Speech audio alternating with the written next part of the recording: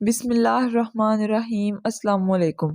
ایک دن حضرت بابا فرید گنج شکر رحمۃ اللہ علیہ درخت کے نیچے اپنے ساتھیوں اور مریدوں سے محو گفتگو تھے کہ ایک ہندو عورت اپنے سر پر دودھ کا برتن رکھے ہوئے ادھر آ نکلی۔ حضرت بابا فرید رحمۃ اللہ علیہ نے رسم درویشی کے مطابق اس بت پرست عورت کی خیر و عافیت دریافت کی۔ ہندوؤں کی نظر میں وہ ایک نیچ ذات سے تعلق رکھنے والی عورت تھی، اس لیے کوئی شخص بھی اس سے انسانی لہجے میں گفتگو نہیں کرتا تھا۔ آج جب اس نے ایک دوسرے مذہب کے ماننے والے بزرگ شخص کی طرف سے برابری کا سلوک دیکھا تو اپنی حالت زار بیان کرنے لگی۔ میرا تعلق اجودن میں بسنے والے گوالوں کے خاندان سے ہے۔ باپ دادا دودھ فروخت کر کے اپنا پیٹ پالا کرتے تھے۔ میرا شوہر مر چکا ہے اور میں برسوں سے دودھ فروخت کر کے اپنے بچوں کی پرورش کر رہی ہوں۔ پہلے زندگی پرسکون تھی، مگر کچھ دنوں سے ایک عجیب و غریب مصیبت کا شکار ہوں۔ یہ کہہ کر گوالن عورت ادھر ادھر دیکھنے لگی جیسے وہ کسی سے خوف زدہ ہو۔ حضرت بابا فرید رحمۃ اللہ علیہ نے عورت کی ذہنی کشمکش کو محسوس کرتے ہوئے فرمایا، تم بے خوف و خطر اپنے دل کی بات کہہ ڈالو۔ ہم لوگ مسلمان ہوتے ہوئے بھی تمہارے غم گسار ہیں۔ ہمارا مذہب دنیا کے ہر مظلوم کی حمایت کرتا ہے۔ حضرت بابا فرید رحمۃ اللہ علیہ کی شفقت و محبت کا مظاہرہ دیکھ کر ہندو عورت نے وہ راز کہہ ڈالا جسے بیان کرتے ہوئے اس کی زبان کانپ رہی تھی۔ کچھ دن سے ایسا ہو رہا ہے کہ یہاں کے چند جوگی اور جادوگر مجھے پریشان کر رہے ہیں۔ وہ روزانہ مطالبہ کرتے ہیں کہ سارا دودھ انہیں دے دیا جائے۔ کچھ دن تک تو میں نے ایسا ہی کیا، مگر جب ان سے دودھ کی قیمت طلب کی تو جوگیوں نے بڑی بے رحمی سے جواب دیا کہ وہ لوگ جو چیز خریدتے ہیں اس کی قیمت ادا نہیں کرتے۔ میں نے آئندہ دودھ دینے سے انکار کیا تو وہ لوگ بددعا دینے لگے کہ اگر ہمیں دودھ نہیں دے گی تو تیرا دودھ اس قابل نہیں رہے گا کہ کوئی دوسرا بھی اسے خرید سکے۔ میں نے جادوگروں کی اس دھمکی کو کوئی اہمیت نہ دی اور واپس چلی آئی۔ پھر جب دوسرے دن دودھ فروخت کرنے گاؤں گئی تو میری حیرت کی کوئی انتہا نہ رہی جب دودھ کے تمام برتن کیڑوں سے بھرے ہوئے تھے۔ میں نے اسے اتفاق سمجھا، مگر دوسرے دن بھی یہی واقعہ پیش آیا۔ مجبور ہو کر میں دوبارہ ان جوگیوں کے پاس گئی اور ان سے رو رو کے التجا کی کہ نصف دودھ وہ لے لیں اور باقی میرے بچوں کے لیے چھوڑ دیں، مگر ان ظالموں پر میری گریہ و زاری کا کوئی اثر نہیں ہوا۔ پھر ایک دن ان جادوگروں کے چیلے میرے گھر آئے اور بڑے شفاقانہ انداز میں کہنے لگے کہ گرو کا حکم ہے کہ اگر تو ہمیں دودھ فراہم نہیں کرے گی تو پہلے تیرے سارے جانور مر جائیں گے، پھر ہم تیرے بچوں کو اپنے قہر و غضب کا نشانہ بنائیں گے۔ تو جن بچوں کی خاطر در بدر بھٹکتی ہے وہ کچھ دن بعد اس دنیا میں نہیں رہیں گے۔ آخر بچوں کی محبت نے مجھے مجبور کر دیا۔ میں کئی ماہ سے ان ظالموں کو دودھ فراہم کر رہی ہوں اور گاؤں والوں سے قرض لے کر اپنی زندگی کے دن پورے کر رہی ہوں۔ آخر گاؤں والے بھی کہاں تک قرض دیں گے؟ یہ کہہ کر دودھ فروش عورت اپنے دامن سے آنسو خشک کرنے لگی۔ حضرت بابا فرید رحمۃ اللہ علیہ نے ایک مظلوم عورت کے دکھوں کی داستان سن کر فرمایا، صبر کرو، تمہاری مصیبت کے یہ دن گزرنے ہی والے ہیں۔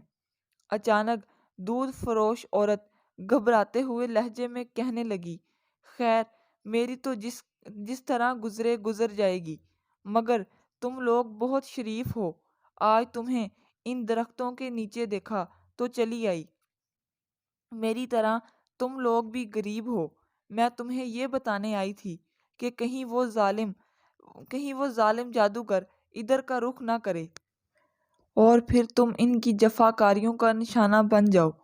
عورت کی سادہ دلی قابل دید تھی، وہ اپنی پریشانیوں کو بھول کر درویشوں کو جادوگروں کے ممکنہ اقدام سے بچانے آئی تھی۔ حضرت بابا فرید رحمۃ اللہ علیہ اس دودھ فروش عورت کے خلوص سے بہت زیادہ متاثر ہوئے اور فرمانے لگے، تم ایک سادہ دل عورت ہو، ہم فقیر ان بے نوا تمہارے اس خلوص کو ہمیشہ یاد رکھیں گے۔ ویسے تم بھی یاد رکھو کہ جب تک اللہ کی طرف سے کوئی مصیبت انسان کا مقدر نہ بن جائے، اس وقت تک دنیا کی کوئی طاقت اسے ذرہ برابر بھی نقصان نہیں پہنچا سکتی۔ اگر تم جوگیوں اور جادوگروں کی بجائے اپنے دل میں خدا کا خوف پیدا کر لو تو تم خود بھی محفوظ رہو گی، تمہارے بچے بھی اور تمہارے جانور بھی محفوظ رہیں گے۔ تم بھگوان کی بات کر رہے ہو؟ دودھ فروش عورت نے حیرت زدہ لہجے میں کہا، میں تو اسے روز ہی یاد کرتی ہوں مگر میرے دکھوں میں کوئی کمی نہیں آتی۔ تم جس بھگوان کی پوجا کرتی ہو وہ تو خود ایک بے جان مجسمہ ہے جو اپنی جگہ جنبش بھی نہیں کر سکتا۔ وہ کسی انسان کے کیا کام آئے گا؟ میں جس خدا کی بات کر رہا ہوں وہ اپنی ذات میں تنہا ہے، اس کا کوئی شریک نہیں، اور اس قدر قدرت والا ہے کہ ساری دنیا کے انسان مل کر بھی اس کے فیصلے کو تبدیل نہیں کر سکتے۔ تم اسی خدا کو پکارو، وہ تمہیں ان دو چار شر پسند جوگیوں سے نہیں، دنیا بھر کے ستم گروں سے نجات دے گا۔ ابھی حضرت بابا فرید رحمۃ اللہ علیہ اس ہندو عورت سے یہ گفتگو کر ہی رہے تھے کہ یہ سامنے سے عجیب حلیے کے لوگ آتے ہوئے نظر آئے۔ جیسے ہی آنے والوں پر عورت کی نظر پڑی، وہ دہشت زدہ ہو کر حضرت بابا فرید رحمۃ اللہ علیہ سے کہنے لگی، یہ انہی جادوگروں کے چیلے ہیں۔ آج مجھے تمہارے پاس کچھ دیر ہو گئی تو یہ میری تلاش میں یہاں تک آ پہنچے۔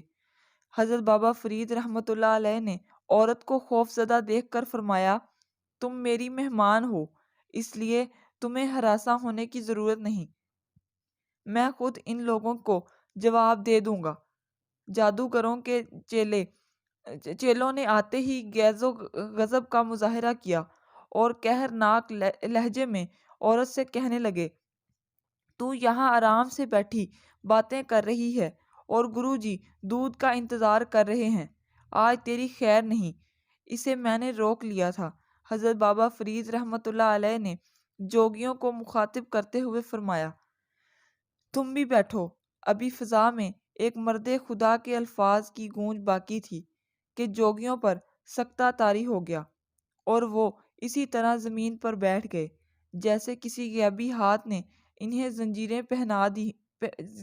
پہنا دی ہوں۔ کچھ دیر بعد جوگیوں کی دوسری ٹولی آئی۔